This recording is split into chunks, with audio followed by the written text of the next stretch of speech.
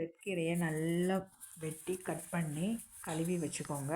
தாளிக்கிற சட்டியில் கொஞ்சோண்டு எண்ணெய், கடுகு, உளுந்தம்பருப்பு, அப்புறமா என்னெல்லாம் தாளிக்கிறதுக்கு போடணுமோ போட்டு தாளிச்சிட்டு தேங்காய், பச்சை மிளகாய், 2 கருவேப்பிலை,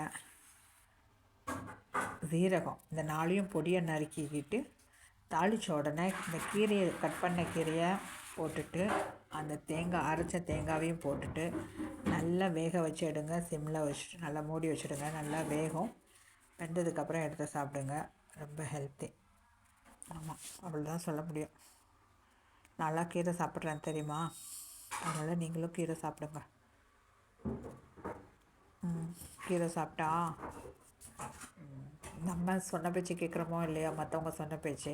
ஆனால் நம்ம நல்ல சாப்பாடெலாம் சாப்பிட்டா நம்ம பாடி நம்ம சொன்ன பேச்சு கேட்கும். நம்ம சாப்பிட்ட ஃபுட்டு அதனால் பாடி சொன்ன பேச்சு கேட்கும். அதனால் எல்லோரும் சத்தாக சாப்பிடுங்க.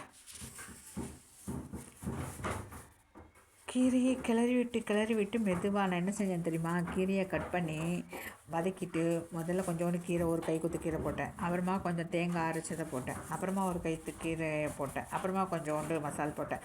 அப்புறமா ஒரு கைக்குத்து கீரை வச்சுட்டு மசாலா போட்டுட்டு மூடி வச்சுட்டு அதை கொஞ்சம் கொஞ்சமாக கிளறி விட்டேன்.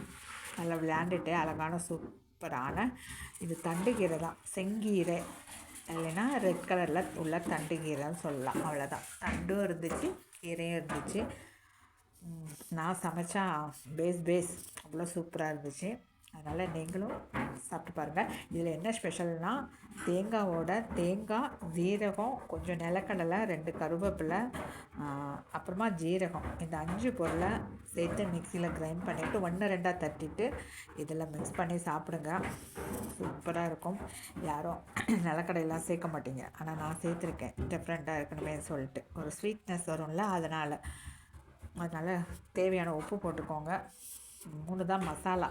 இது நல்லா மிக்ஸ் பண்ணி இப்படியே மெதுவாக சிம்மில் வச்சு வேக வைங்க. நீங்கள் என்ன லண்டனுக்கு போகிறீங்க? இல்லை மெதுவாக தூக்கி அவிக்க கூட இல்லை, கீரையை அப்படியே போட்டுட்டு அப்படியே எண்ணெயில் வதக்கி எடுத்தால் கொஞ்சோண்டு எண்ணெய் விட்டுக்கோங்க, போதும். மூடி வச்சுருங்க. ஓகே, அழகான செங்கீரையை நீங்களும் ரெடி பண்ணி பாருங்கள்.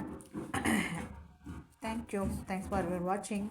சப்ஸ்கிரைப் பண்ணிவிட்டு மறக்காமல் லைக் கொடுத்துட்டு பாருங்கள். நீங்களும் செஞ்சு பாருங்கள் இந்த மாதிரி ஒரு ஸ்டைலில். தேங்க்யூ. மீண்டும் ஒரு நல்ல வீடியோவில் நம்மெல்லாம் சந்திக்கலாம். Okay, bye. உங்களுக்கு ஏதாவது வீடியோ வேணால் என்கிட்ட கேளுங்க, நான் சொல்லித்தரேன் சமைக்கிறதுக்கு எப்படி அப்படின்னு. சரியா? ஓகேயா? ஓகே, இன்றைக்கி இந்த கீரையை செஞ்சு பாருங்கள். சரியா? மறந்துடாமல். Okay, bye. அடுத்த வீடியோவில் பார்க்கலாம்.